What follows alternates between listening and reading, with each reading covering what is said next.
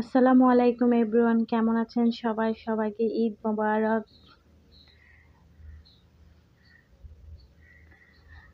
তো আমাদের সবারই ঈদ হচ্ছে একটি আনন্দের দিন, তো সেই জন্য সবাইকে ঈদ মোবারক।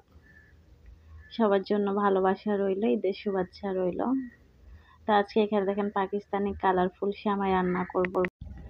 তো যেহেতু আমরা ঈদের দিনে সবাই সেমাই, ক্ষীর, পায়েস এগুলা খেতেই পছন্দ করি, তো আজকে আমি দেখেন এই যে কালারফুল সেমাই নিয়েছি, এটা রেসিপি করে আপনাদেরকে দেখাবো। তো আশা করছি স্কিপ না করে সম্পূর্ণ ভিডিও দেখেন নেবেন। তো এখানে আমি চিনি দিয়ে দিলাম আমার পরিমাণ মতো। আমি যে যতটুকু চিনি মিষ্টি পছন্দ করি সে অনুযায়ী আমি চিনিটা দিয়ে দিয়েছি। তো এখানে আমি দেখেন এই কালারফুল সেমাইটা অনেকক্ষণ রান্না করতে হয়, যেহেতু এটা হাতে কাটা সেমাইয়ের মতো, নুডলসের মতো একটু শক্ত টাইপের। তো এখানে আমি দুটো তেজপাতা, দুটো এলাচ, দুটো দারচিনি দিয়ে দিলাম ফ্লেভার আসার জন্য, একটা ভালো খুশবু আসার জন্য। তো এখানে দেখেন আমি দিয়ে দিলাম সেমাইগুলো দিয়ে এটা প্রায় 10 থেকে 15 মিনিট এটা রান্না করতে হবে। এই যে আমি রান্না করতেছি। তো প্রায় 10 থেকে 15 মিনিট রান্না করেছি, আর এখন তেজপাতাগুলো উঠিয়ে নেব, যেহেতু ফ্লেভার চলে আসছে। তো এটা আমি উঠিয়ে নিয়ে এই যে আমার রান্নাটা হয়ে গিয়েছে কমপ্লিটলি। এরকম করে আমি রান্নাটা করে নিয়েছি এবং কি ঘন করে নিয়েছি, আর এটা ঘন খেতেই ভালো লাগে। এটা এই যে দেখেন এভাবে আমি ঘন করে নিয়েছি, এভাবে খেতে এটা সুস্বাদু লাগে।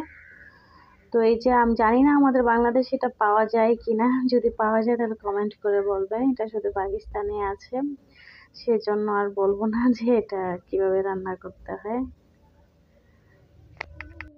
আসলে প্রবাস জীবনে ঈদকে ঈদে মনে হয় না, কারণ অন্যান্য দিনগুলো যেরকম যায় ঠিক ঈদের দিনে সেরকম যায়। কারণ মা বাবাকে ছাড়া, বাবা তো নেই, মাকে ছাড়া প্রায় অনেক বছর যাবৎ একা একা ঈদ করতেছি। তারপর আবার শ্বশুর শাশুড়িও নেই, খুবই খারাপ লাগে, ভালো লাগে না। তো ঈদের দিনে তো একটা আনন্দ নাই মনের ভিতরে, যে বাংলাদেশে যেমন মানে কতজন আত্মীয় স্বজন আসে, এখানে তো আর কেউ আসে না, একলা একলাই বসে থাকতে হয় মেয়েদেরকে নিয়ে। তো আপনাদের সাথে কথা বলতে বলতে তো আমার সেমাই রান্নাটা হয়ে গিয়েছে। এই যে দেখেন কালারফুল সেমাইটা। তো কেমন হয়েছে রান্নাটা অবশ্যই কমেন্ট করে জানাবেন। সবাই ভিডিওটা একটা লাইক দিয়ে দিবেন, লাইক দিয়ে ভিডিওটা কন্টিনিউ করে যাবেন।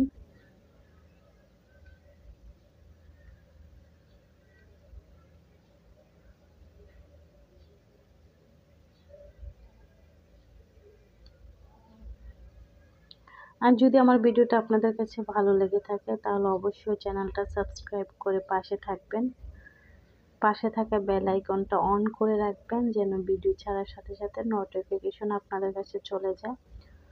তো উপর দিক দিয়ে আমি নারকেল, কিশমিশ, বাদাম দিয়ে দিলাম।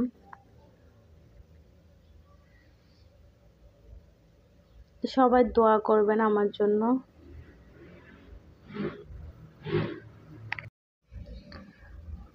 তো আপনাদেরকে আবার ঈদের শুভেচ্ছা রইল আমার পক্ষ থেকে, সব আপু এবং ভাইয়াদেরকে।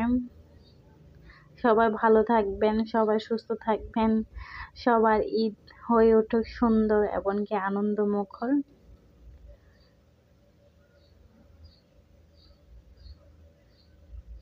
এই যে দেখেন এরকম হয়েছে।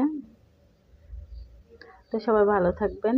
আসসালামু আলাইকুম ওয়া রাহমাতুল্লাহি ওয়া বারাকাতুহু।